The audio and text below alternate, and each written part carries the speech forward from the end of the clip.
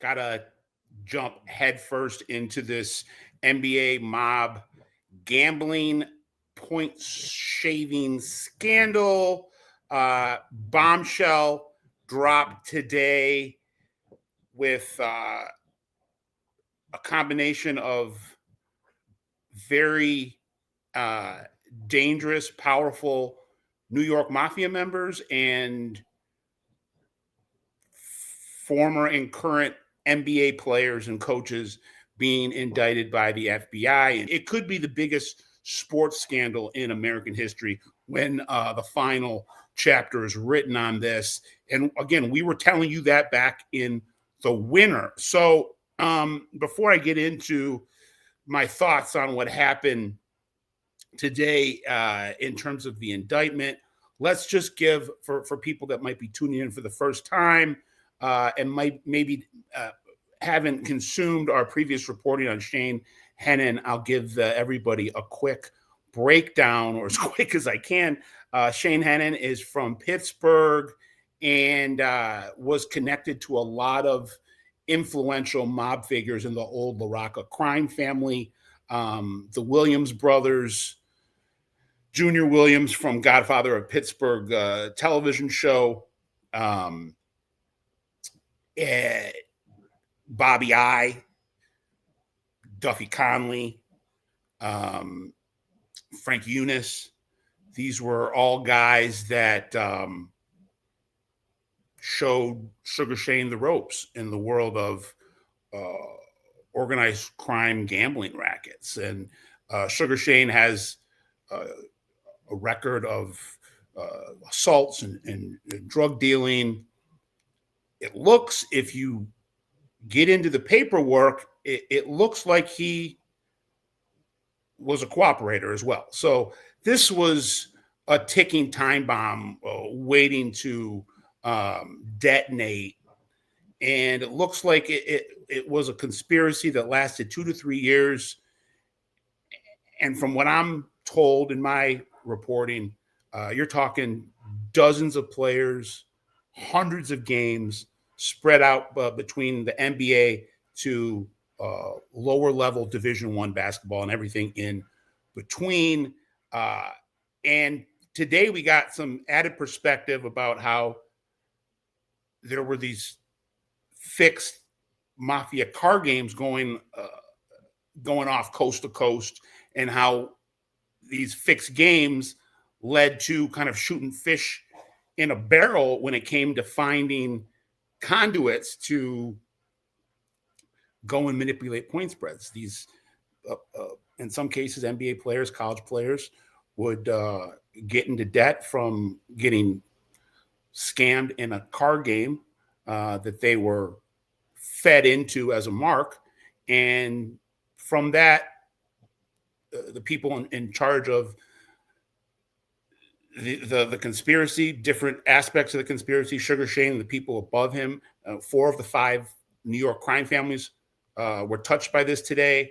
We've told you before about Shane Hennen's ties, not just to the old remnants of the Pittsburgh mob, but also the Gambino crime family through his links into Frank Eunice and the old Eunice crew in Pittsburgh area, Erie, and whatnot. So this is really, I said last winter, this is the tip of the iceberg.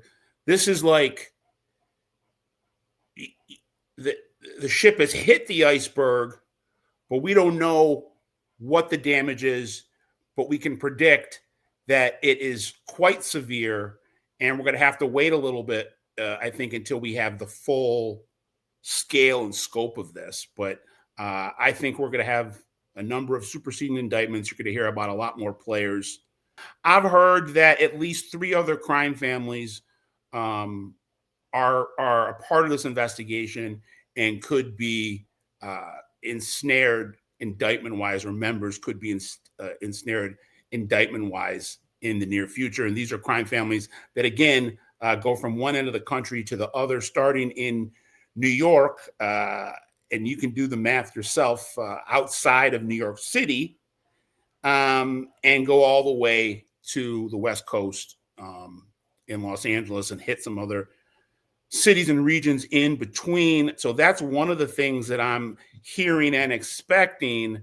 But Sugar Shane Hennen, young guy, he's only about 40 years old. And when I saw ESPN report about his arrest, and from that reporting from ESPN last winter, if you read between the lines, it was pretty clear that he was cutting a cooperation deal for himself. If you look into some of the paperwork in his previous legal problems, you see that he cooperated in a coke case. And I would be confident in saying everything that happened today, these indictments, came from information provided by Shane Hennen. I have that on good authority. So who knows where this will end? But Shane Hennen has had a very up and down and up and down and up and down career in probably 20, let's say 25 years since he was a teenager, working in the rackets. He's been in good favor. Then he's been chased out of town in a couple scenarios, and he has been able to redeem himself in some situations. Now he's, the ebbs and the flows, the peaks and the valleys. Now he's in quite the valley, but only a year ago he was at one of his peaks. So let me just do the timeline for you. You have a situation where he started in Pittsburgh, eventually got run out of Pittsburgh, gambling debt, rumors of cooperating, and he reestablished himself in Philadelphia. Ended up getting kicked out of Philadelphia for gambling debts and issues within rackets and whatnot. And then he goes out to Vegas and reinvents himself as a sports betting tout, selling picks, being kind of an influencer type in that space. And he very quickly started to build a cash roll, and very quickly started to make a lot of waves. And those waves turned into some red flags for investigators. But where do these connections to all these basketball players come from? And B, where did the money come from? And that's these are questions that we've been trying to color up and fill in the details for since the winter. And so based on my research, Shane Hennen had a role in staging AAU basketball tournaments, had a role in staging pro-am basketball games. This was all back in the late 2000s, early 2010, when he was in his 20s. And he cultivated relationships with basketball players. And that's where kind of the seeds of this were planted. The backing now looks like it was coming from the five families and introductions that he got to guys in the Gambinos via the Frank Eunice crew and Frank Eunice himself. So, Pittsburgh does not have a Mafia family anymore. I've heard that there are some Gambino operatives there, and that's another way that Hennen was possibly hooked up with these guys. I've also heard about a financier in Costa Rica, a guy that used to be a mob associate and in Pittsburgh and left town and knows Hennen and is invested in this. So that's another thing I guess we'll see. I reported that quite a while back, but now let's get to the point where Hennen came on my radar, and he came on my radar before I knew anything about this point shaving or fixed poker games. And he came on my radar when I had some tipsters in Pennsylvania, summer of 2024, telling me that some old remnants of the Pittsburgh mob, the Eunice crew, and a guy named Shane Hennen were going around Aliquippa, Erie, Pittsburgh, and consolidating bookmaking operations, trying to line them up, like like the Mafia was back and exerting its influence and power. I didn't pay it much mind because I couldn't confirm it. When I eventually did confirm it, shortly thereafter, he gets pulled into this point shaving thing, which now has turned into a poker game fixing thing. And this is a shitstorm, man. This is a shitstorm for everybody. It's a shitstorm for the NBA. PR wise, it's a shitstorm for the legal gambling space. It's a shitstorm for the Mafia, who were able to convince a lot of people that they were that they had nowhere near the influence with types of things like professional sports that they had in its heyday. That they were just booking bets and giving street loans and didn't have the tentacles into these parts of the economy. So Hennen, and we talked about this on previous podcasts, proved the theory that money can be the ultimate equalizer and can make a lot of issues disappear. So Sugar Shane gets chased out of his hometown, Pittsburgh, goes to Philadelphia, gets chased out of Philadelphia, goes to Las Vegas.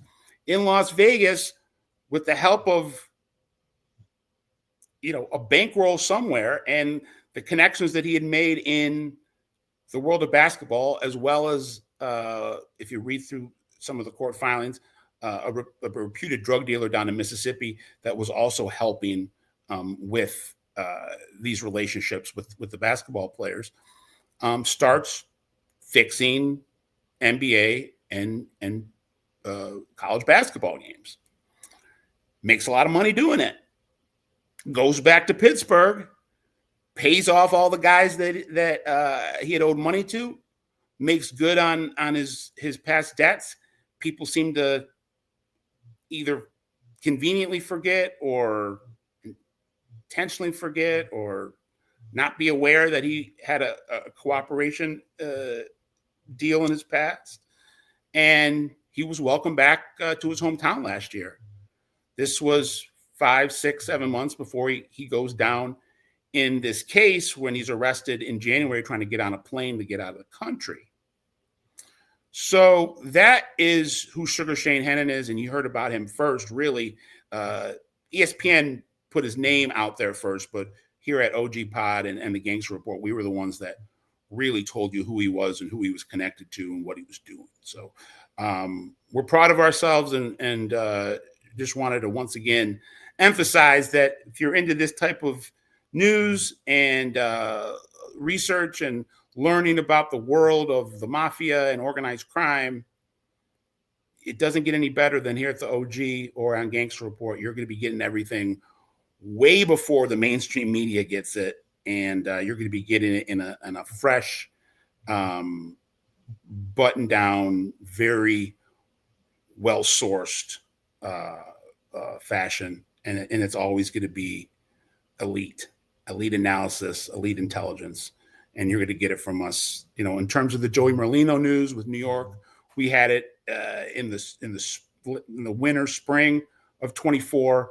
It didn't hit the mainstream media until August, so we had it, 8 months. In this case, we had it 10 months before the mainstream media had it. So just wanted to give credit where credit is due in terms of what we do here. I think it's a couple other thoughts on this.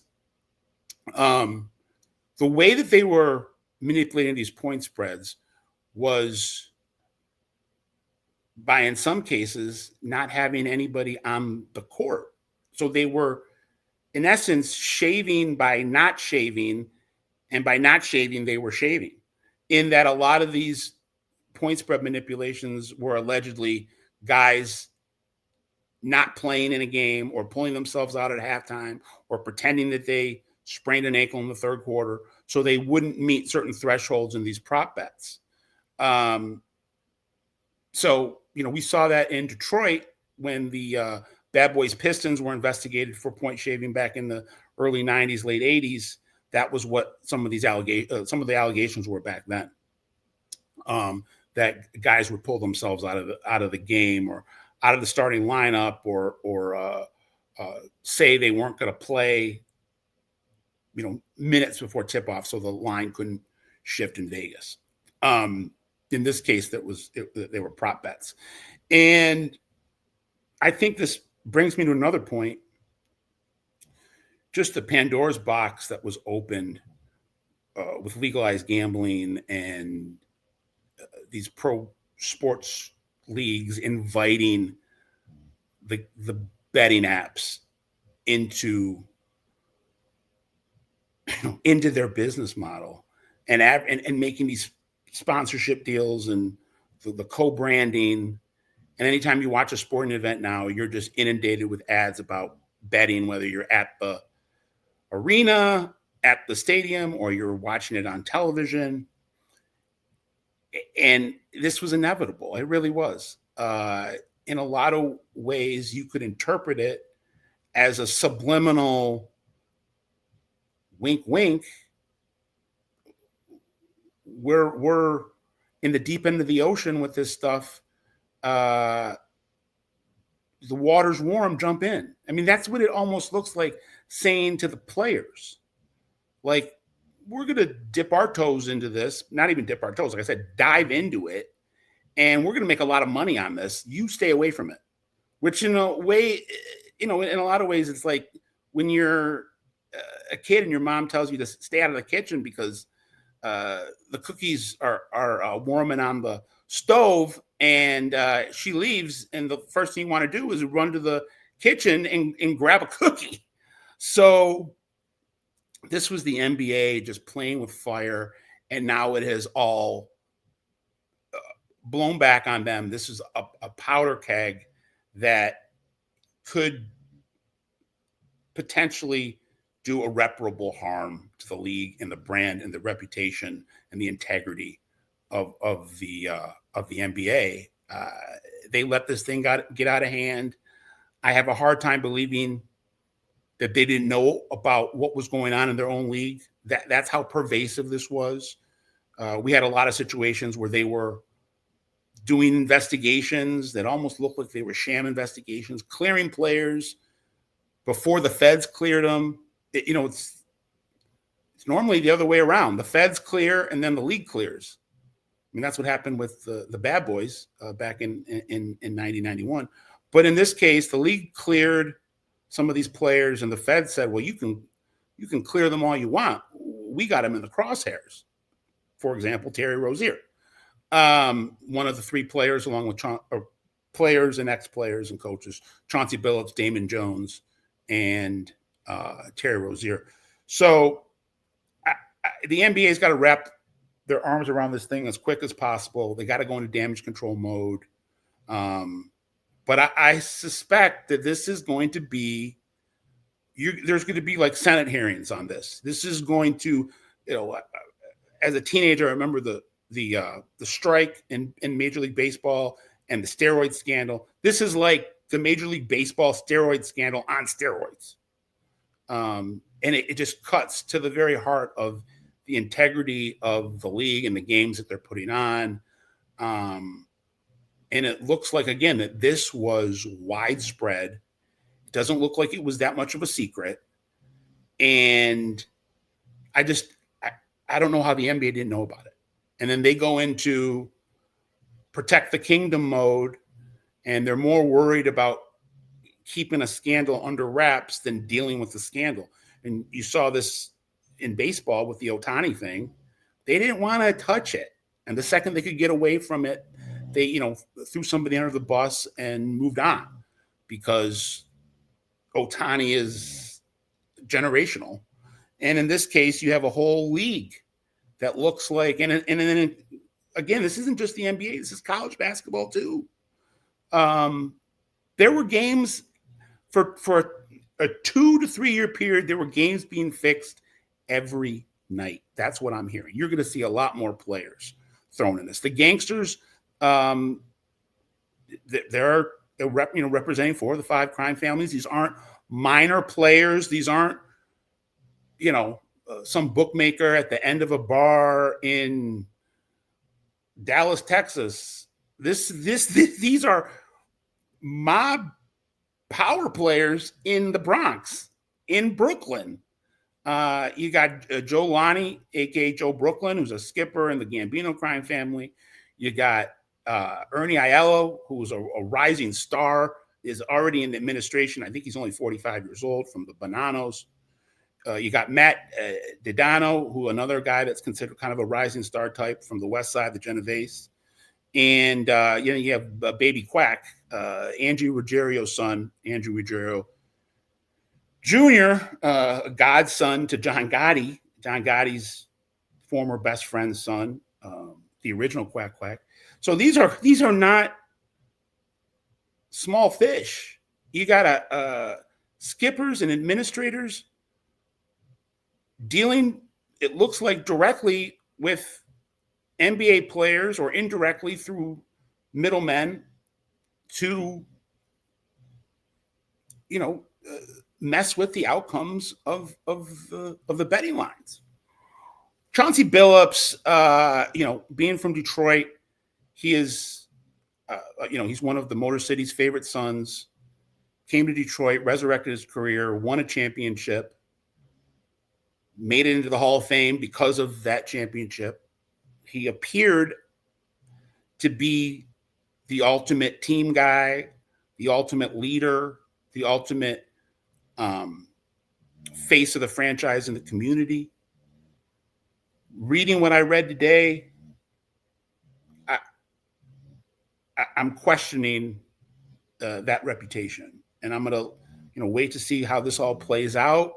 But Chauncey Billups is on the ropes right now in terms of his life, his legacy, his freedom.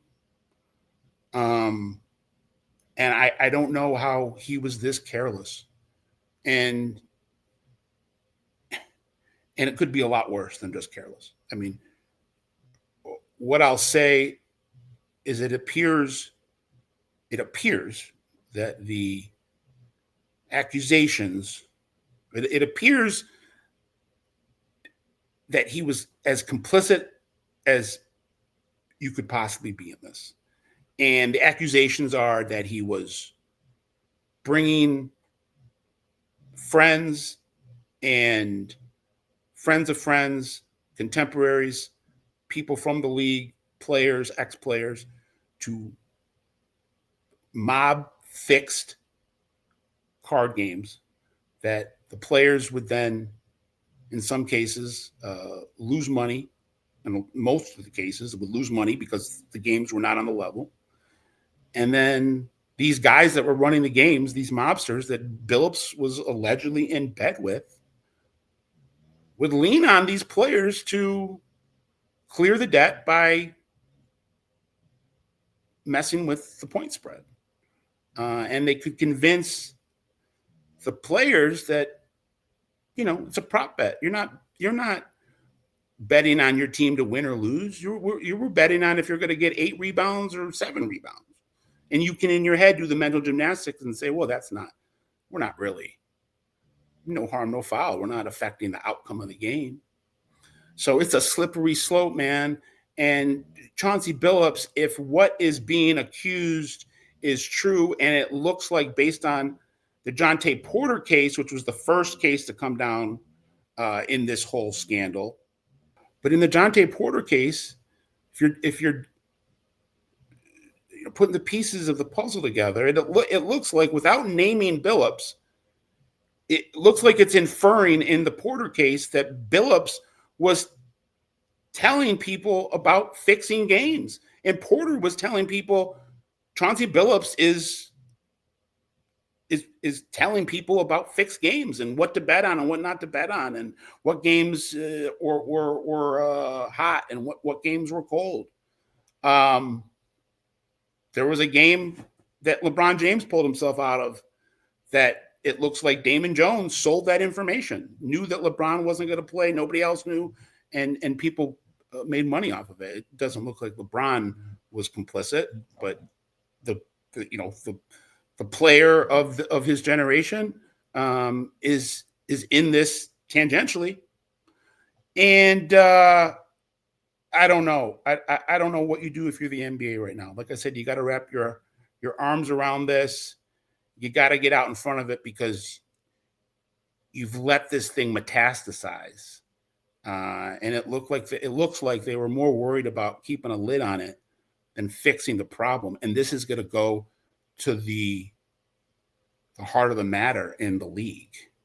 And you already have the league not in the best spot ratings wise. You have a lot of great basketball players, but no, incredibly marketable American superstars outside of Steph Curry and I guess LeBron James. A lot of stars that aren't very likable or don't have the personalities to market or are foreign and don't necessarily connect with an audience in North America. So they're not this isn't the days of Michael Jordan and Magic and Bird, where the league was the kind of the gold standard for professional sports before the NFL. I mean, people might not remember that, but it really was. At a certain point in the late 80s, 90s, basketball was what the NFL is today. And it's so fragile.